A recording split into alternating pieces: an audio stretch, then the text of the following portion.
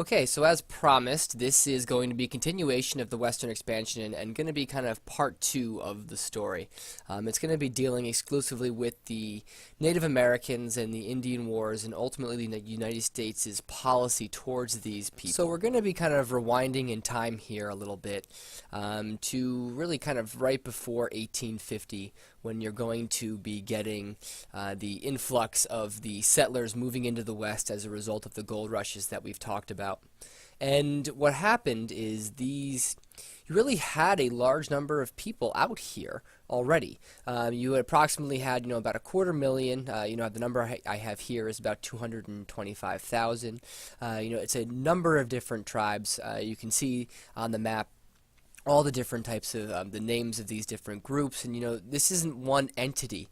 I think that's really one of the most important things to understand going into this, that all of these different groups have very different opinions on how things should be handled, and they're going to have very different dealings with the United States government in their own right. And as a result of that, the policy that one tribe takes up and makes with the United States government might take as a whole, but might not necessarily represent the feelings of the different groups in the given area.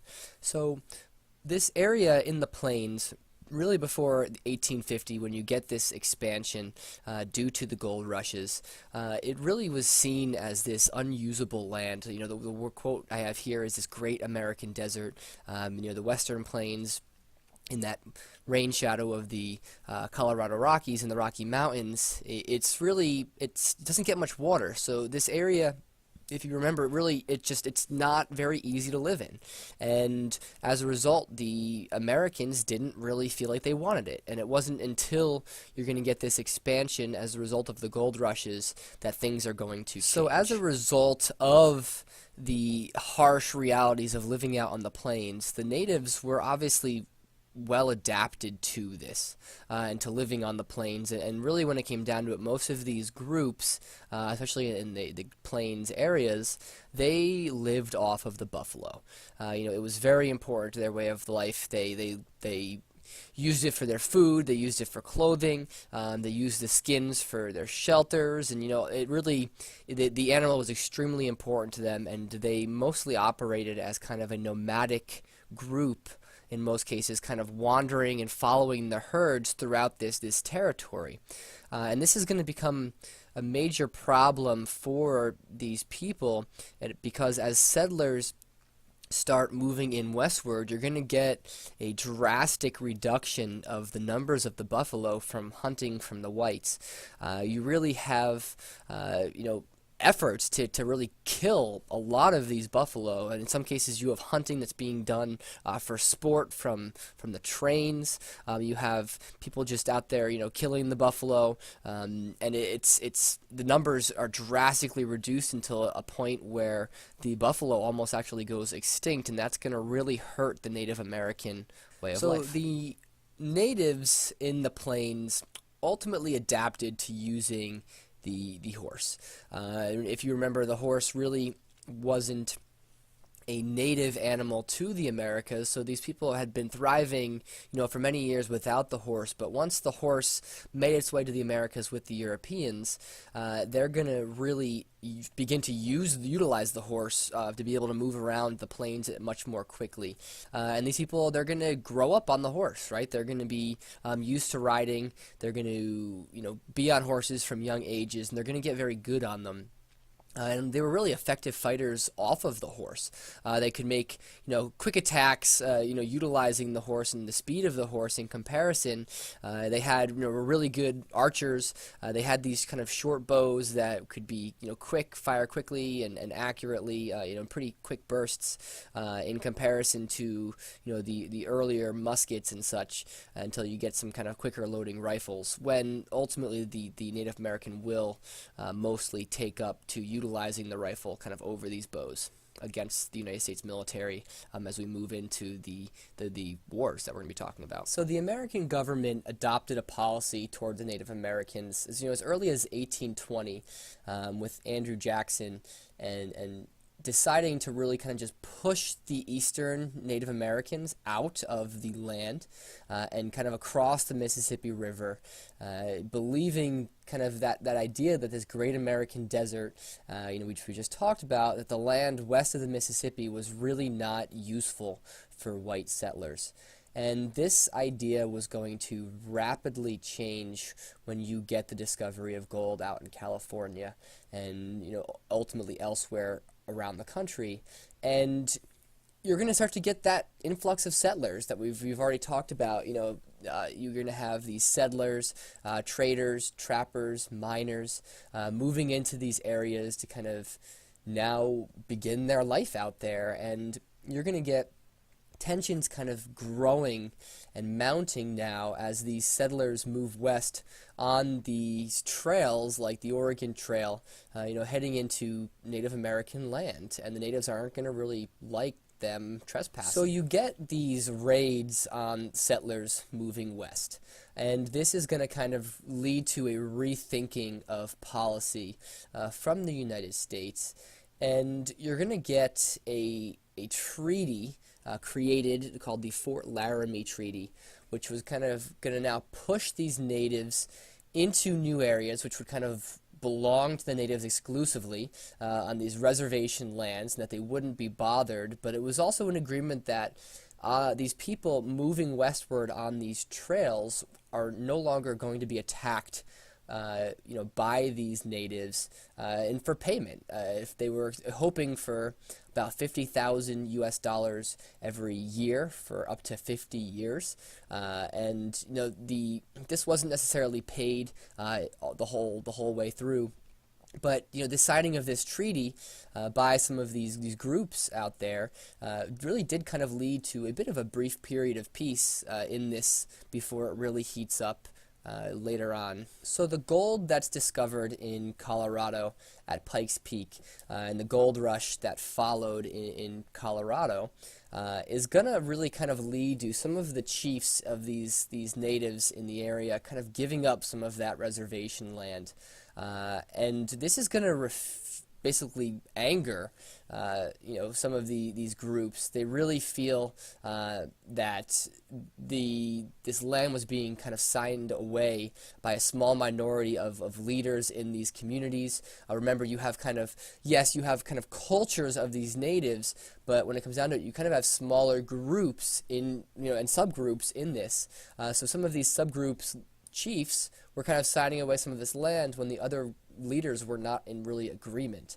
And you're going to get kind of a refusal to leave out of these lands, which they had just kind of accepted as part of the Fort Laramie Treaty in 1851, and they're going to refuse to leave and get off that land. And that's going to kind of cause some problems now going forward. So the treatyless natives that we had just kind of talked about, they start causing problems for the United States militias and military in Colorado, around this gold rush that had been taking place.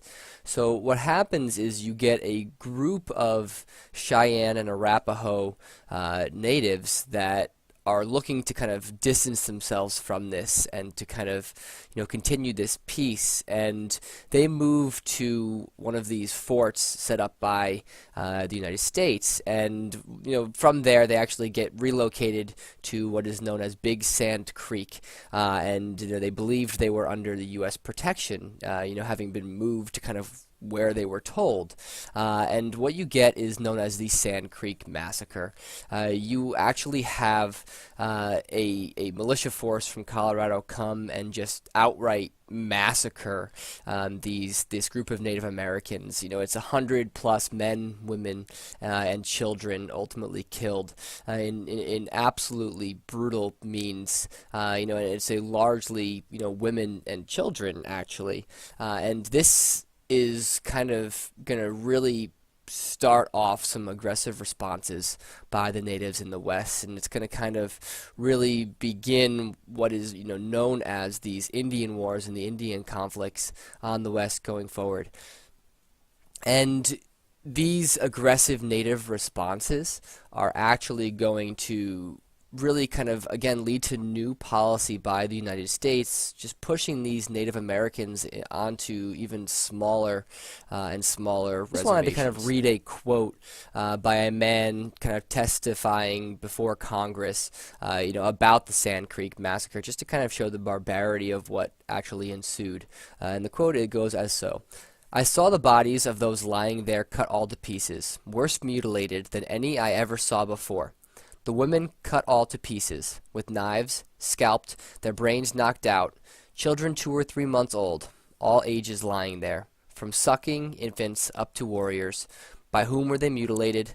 By the United States troops, by a man named John Smith in 1865, testifying before Congress. I'm going to fast forward here a couple years from 1864 to 1868, when you actually have the creation of another treaty, the Fort Laramie Treaty of 1868, kind of signed by the Lakota people, who are also known as the Sioux or Teton Sioux, and they signed this treaty, and it basically again authorizes them into a this reservation land, which is going to make up a large majority of the Dakotas, and in particularly the Black Hills, which was really sacred land to this Lakota people.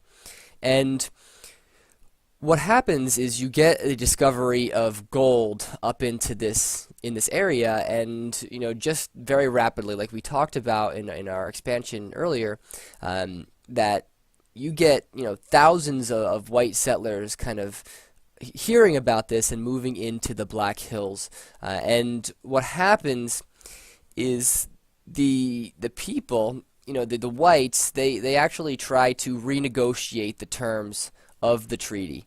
And what happens is, once the Lakota don't agree to the renegotiation, the army is actually moved into the territory to ultimately push the Lakota out of the Black Hills and out of this territory to make it kind of safe to the whites that are using that want to use this land for their own purposes, in particular in the mining.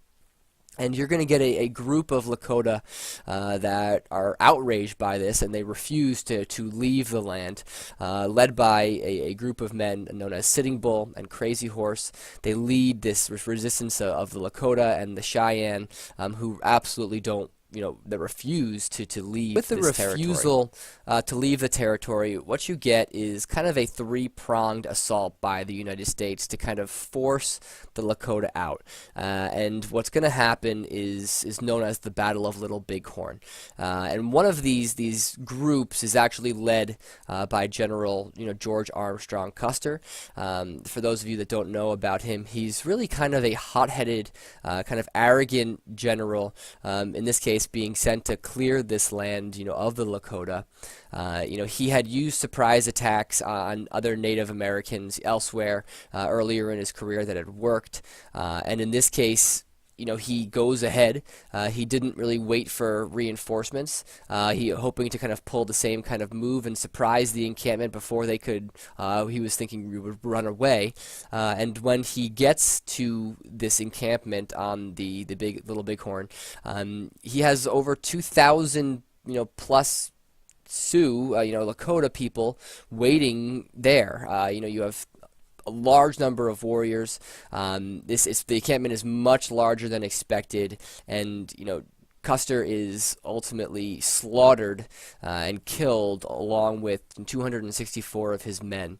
These Custer's charge down into this encampment. And this is going to be a relatively short-lived victory for the Lakota.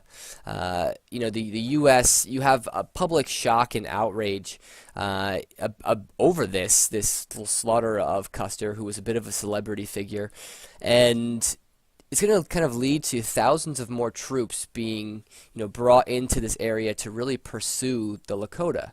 After this, you have this band of this large group of Lakota that kind of disperses all over the place, and there's going to be other battles that are taking place and that don't go nearly as well. And you're going to have, some of the leaders captured, killed, or even just kind of fleeing. And Sitting Bull, the main leader of this resistance, he's actually going to flee all the way to Canada and up into Canada, leaving the jurisdiction of the United States, and he's going to remain there for 4 years before his people just are starving, and they're forced back. There were not sufficient buffalo herds to kind of to feed his people up in Canada. And his people are starving. It's going to kind of force his men back into the United States, and he's forced to surrender. When he comes back across, he's forced into these reservations in the Dakotas, in particular this place called Standing Rock, the reservation Standing Rock Agency, and he himself is actually going to be killed on the reservation land during a arrest gone bad. For fear he's going to join what is known as the Ghost Dance movement, which we will be talking about momently and a little bit more about the story. So this is just a map of the transition and the removing of the reservation land of the Lakota people. You can just kind of see how this land, if you look at the pink kind of outline there, was the extent of their land, at the time of this Fort Laramie Treaty, and the gold being discovered in the Black Hills, and that ultimately you can just kind of see the losses of this land until you look at the red, which is actually the current reservation land now in the Dakotas. So you also get what's called the Nez-Perce War, and you're going to have a forced removal of the Nez-Perce people from their ancestral lands in Oregon, Idaho, and Washington.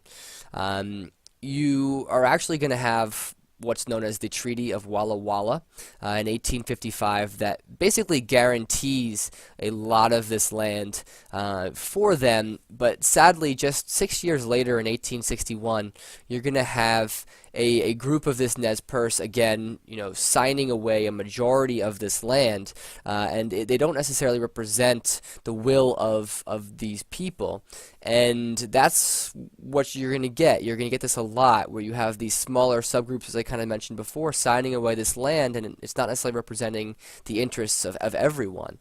And in this case, that's what happens, and you have a man named Chief Joseph who leads a kind of retreat from a attack, basically, by the United States on these people, basically being forced out and attempt to be captured.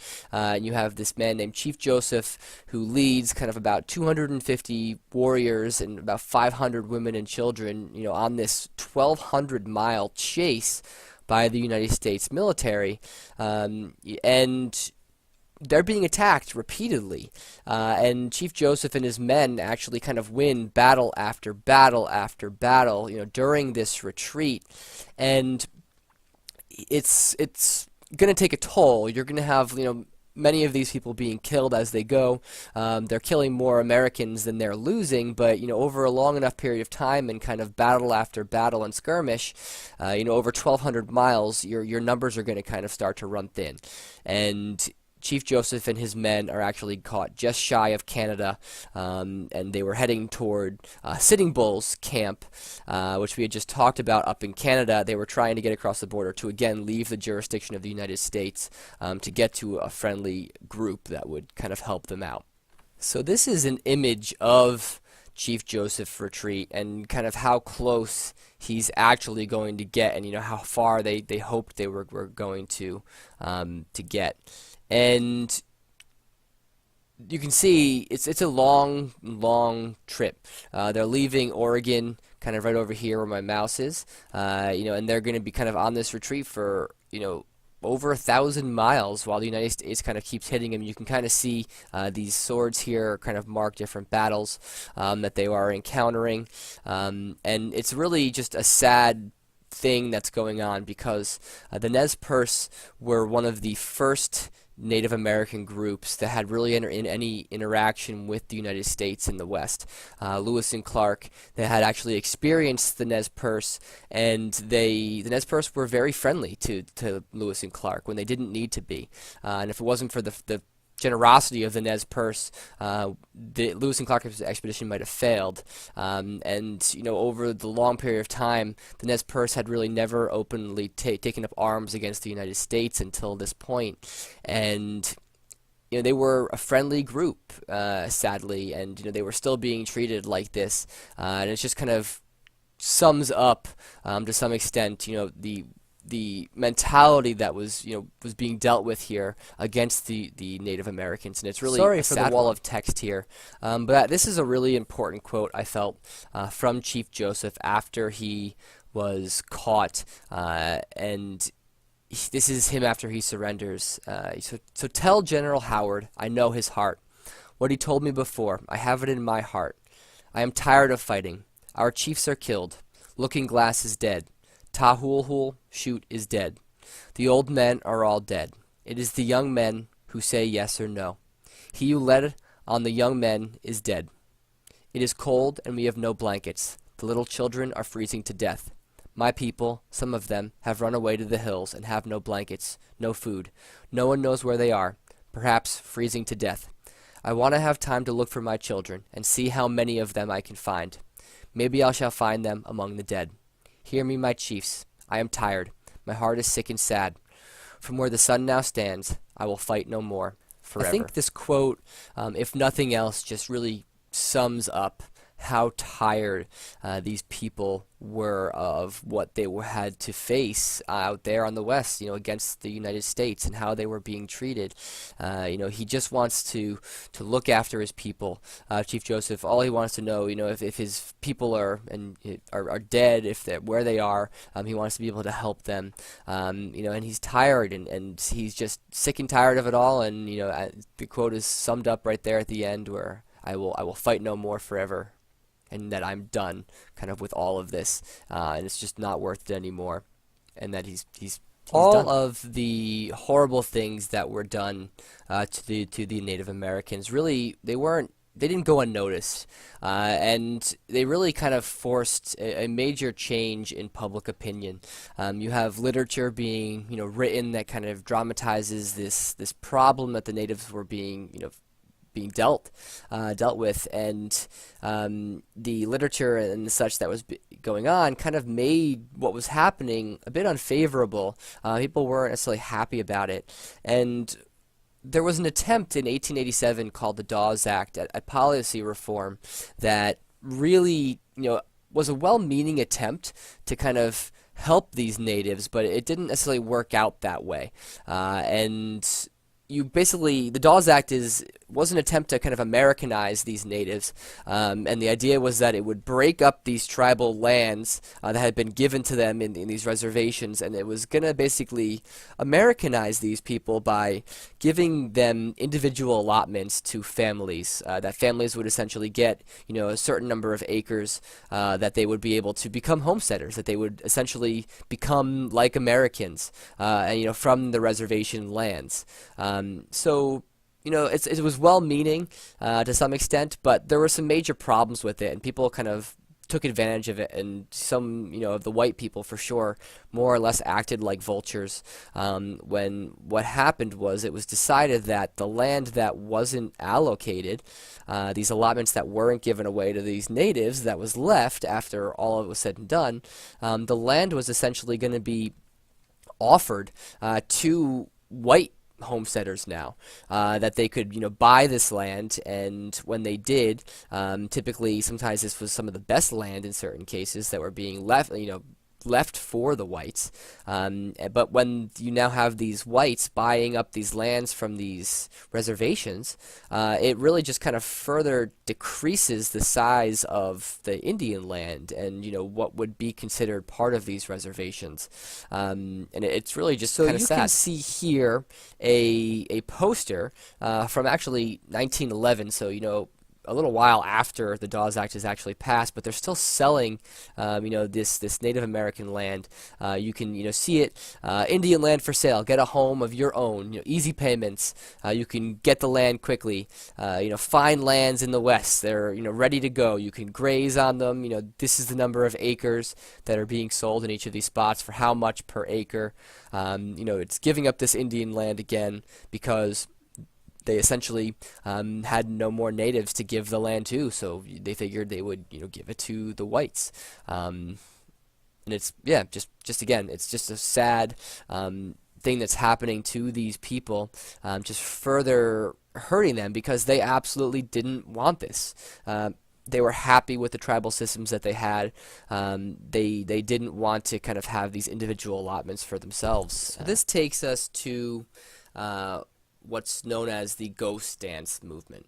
And the ghost dance movement is kind of this new religious movement that's going to kind of spread across the nation, in particular these Native American groups that are left, led by a man named Jack Wilson, who claimed to be this prophet who his Native American name was Wavoka.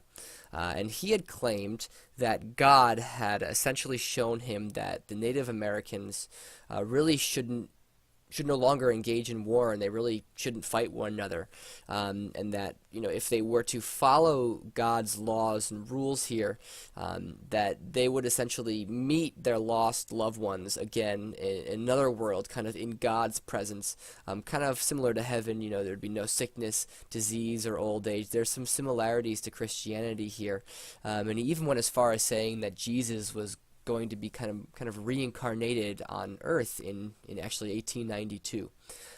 But there became this permeating belief that if the ghost dance was done properly, it would essentially lead to Earth's evil being just swept away, that the whites would be kind of just removed and taken away, and the buffalo herds would come back, and they would be ultimately, happy again. They'd be on their old lands, and they'd have the buffalo, and this permeated through the Native Americans, and it's really going to get to be a relatively large movement.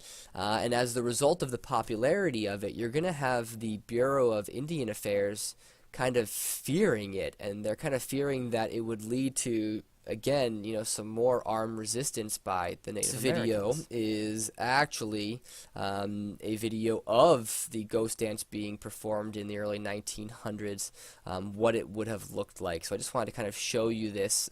This is a really old video, so pardon the quality here, but I just wanted to kind of let you watch this for a couple seconds.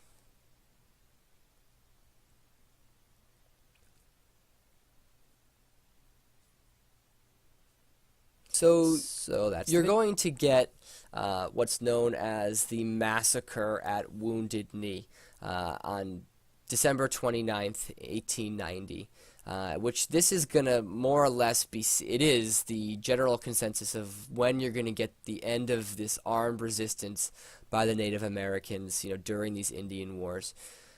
So the story goes, after Sitting Bull's death, among, his arrest,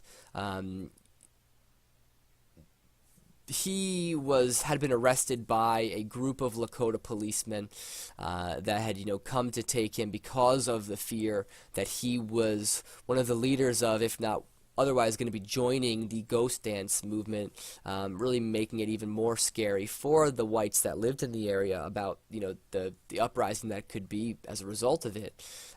So after his death, you're going to have a group of these Lakota leaving the reservation to kind of join up with the other leaders. In particular, the one is named Spotted Elk, and they actually get caught. They end up getting escorted back into the reservation land at Wounded Knee Creek. They even were kind of given up. They didn't really feel like the ghost dance movement was what they wanted anymore, and they were kind of coming back, under peaceful terms, to get back into the reservations. And ultimately, they get brought to this Wounded Knee Creek, and over the course of that evening, you're going to get about 500 troops and even 4 cannon kind of surround these people, and you get an order to disarm these Lakota in the morning. And the exact trigger is a bit debated of kind of what actually starts this, but once this order to disarm the Lakota went out, supposedly there was a deaf Native American and he was kind of uncomfortable with what was going on. He didn't know what was going on, and it's believed that his rifle may have accidentally fired. And once that rifle went off, you just have a complete opening up by the American soldiers on the Lakota, and it's really sad because before this, what was going on, there's this picturesque field where you have these children, playing in this field, and men even playing with the kids, and once this happens, they open up and they kill, as many as 300 or so. There's different estimates. No one really knows the numbers exactly for sure, but anywhere between 50 to 100 men and 200 to 250 women and children were killed in this, and it's a horrible atrocity that took place. These people were just gunned down. The women and children had really no hope whatsoever, and they're just being massacred in this all over some kind of really stupid little misunderstanding when it really comes down to it. And this is going to be really looked on as one of these horrible things of these Indian wars. And again, this is kind of really the end of the armed resistance, even though you're going to kind of get some resistance kind of around the country, going even into the 20th century from smaller bands here or there.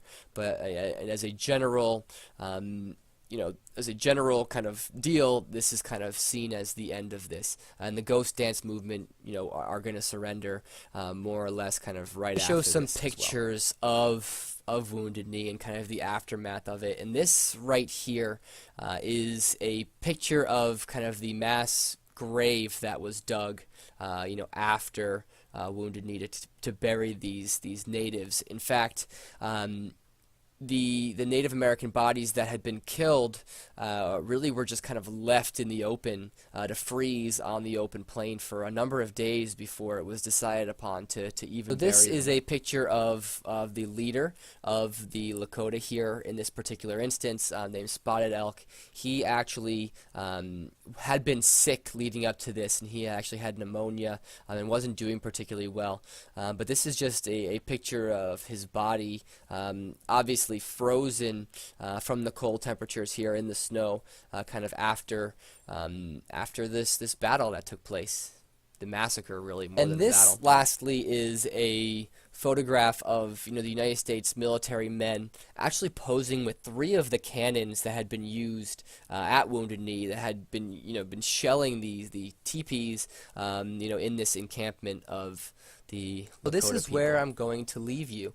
The horrible things that the United States did to the Native American groups and how they were treated is really one of the biggest shames that our country kind of has in our nation's past, and it's really one of those things that it's uncomfortable to talk about because it really is that disturbing and that sad.